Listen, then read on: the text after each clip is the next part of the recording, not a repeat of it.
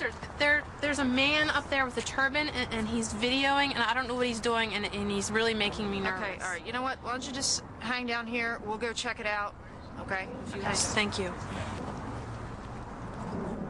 Sir, can you hold on a second? Sure. How you doing? Good. Good.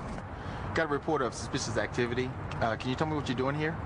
I'm sightseeing here, and I'm here with my family. And I am a off-duty police officer. I'm a reserve deputy sheriff of the LA County Sheriff Department. Okay. Do you have any your credentials on you? Sure, I do. Mind if we take a look? Sure. Hey. Okay. All right, great. Sorry for any inconvenience. Hey, enjoy yourself. I mean, being a Sikh American, I get that a lot. Oh, I understand. I understand. Hey, no problem. Officer safety is the first priority. However, in order to be safe and effective, officers must be able to differentiate between a threat and a stereotype. Under emergency circumstances, events always determine an officer's response. This presentation will address only non-emergency and non-crisis situations and provide guidelines to effectively recognize and interact with members of the Sikh American community. Sikh Americans are often misidentified by fellow Americans because we're sensory people, and sight and sound are our first impulses that we look at, and we process differences before similarities.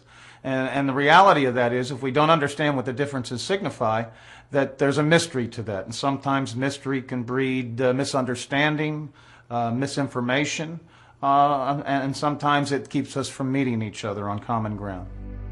Since 9/11, there has been a sharp increase in hate crimes and hate incidents directed at Sikhs throughout the United States. Balbir Singh Sodhi from Mesa, Arizona, who was killed on September 15th, 2001, by someone who mistook him to be somehow related to those who carried out the horrible terrorist acts on our country.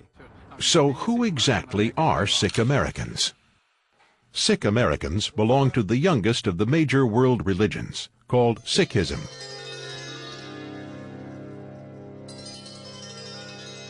Sikhism originated in the Indian subcontinent over 500 years ago. There are 25 million Sikhs across the globe, making Sikhism the world's 5th largest religion. Today there are over 500,000 Sikhs in the United States. To be a Sikh is to be a seeker of the truth. That's a literal translation. Sikhism is distinctly separate from Hinduism and Islam. One of the other unique things about Sikhs that most people are not aware of is the fact that Sikh men share the same common middle or last name, and that is Singh. Singh means lion. Similarly, Sikh women share the same common middle or last name, Kaur, which means princess. Sikh Americans arrived to the shores of the United States over 100 years ago, in the late 1890s. Sikh Americans have made countless contributions to the United States. Sikh Americans fought in the first 2 world wars. And in fact, the first Asian American elected to Congress was a Sikh American from California in 1956. Sikh Americans are integral part of the United States society. We work in all types of professions. We are in the fields of medicine, of law, of transportation. You'll see a Sikh cab driver, as well as you'll see a Sikh, finance person, or your local doctor could be a Sikh American. Most Americans are unaware of the fact that the vast majority of men with turbans and beards in the United States are Sikhs, not Muslims or Arabs. Sikhs are not from the Middle East.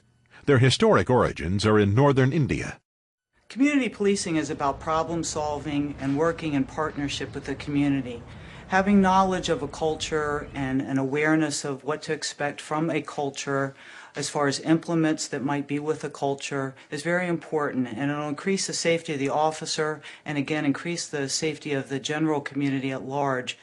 Sikhs stand out in a crowd based on their distinctive outward and visible appearance. It's a post-9/11 world where we are under different stresses. We have different perceptions from law enforcement and different entities that are constantly processing information. So the purpose is to keep things as clean and as precise and as accurate as possible so that there are no misunderstandings. The physical Sikh identity is defined by 5 articles of faith and the turban. Sikhs take a religious vow to lead a life of physical and spiritual discipline by wearing the turban and the 5 mandated articles of faith. All 5 articles of faith are worn by most Sikh men and women. Each article of faith is highly revered and has deep spiritual significance. The first article of faith is the kara, and is a steel bracelet worn around the wrist. It signifies strength and unity with God, and reminds Sikhs of ideal behavior. Avoid forcibly removing the kara.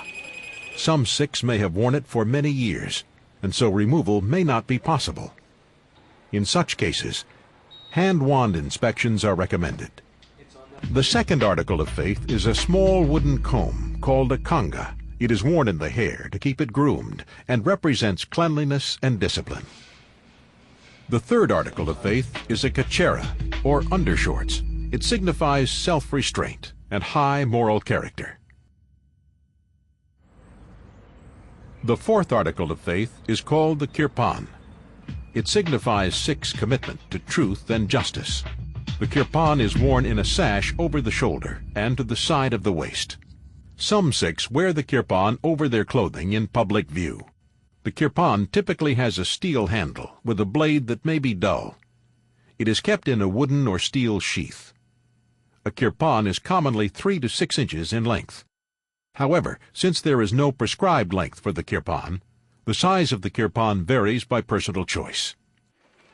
Guidelines for wearing the kirpan vary by state statute and municipal code. Supervisors are encouraged to have a discussion with officers about their jurisdiction's codes and policies regarding the kirpan, an article of faith.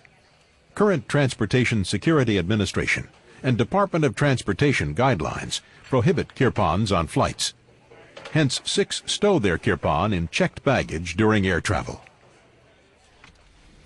Do not be surprised by the presence of a kirpan on some Sikh men and women. If the kirpan must be confiscated, explain the reason. Handle the kirpan with respect and care. Charlie 13. I'm in the area, 10-5. Maryland tag. Yes, ma'am. I'll advise. I'm okay. Good evening, officer. How you doing, sir? I'm fine. How are you? Pretty good. What you got around your neck? Oh, this is my religious art. It's called the kirpan. Do me a favor. It's part of my Yes, sir. Sikh faith. Yeah. Will you walk this way for a second? Sure.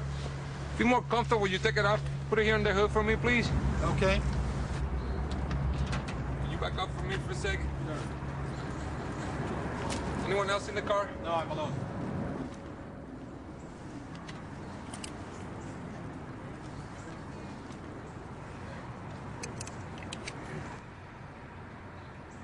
I'm a county police officer. The reason I'm here is we got a complaint from the neighborhood. What's going on? Oh, my car just stalled. I was trying to figure out what was going on, so I was looking under the hood. Okay, what I'll do for you to assist you, I'll call a tow truck for you. Okay. Okay? Thank you. I'm gonna give you this bag, and you can wait right by your car, sir. Okay. Thank you. Thank you. Charlie 13, could you get the tow truck here for me, please? Thank you. Sir, I got a tow truck coming. Okay. Thank you. I'll wait here. Welcome.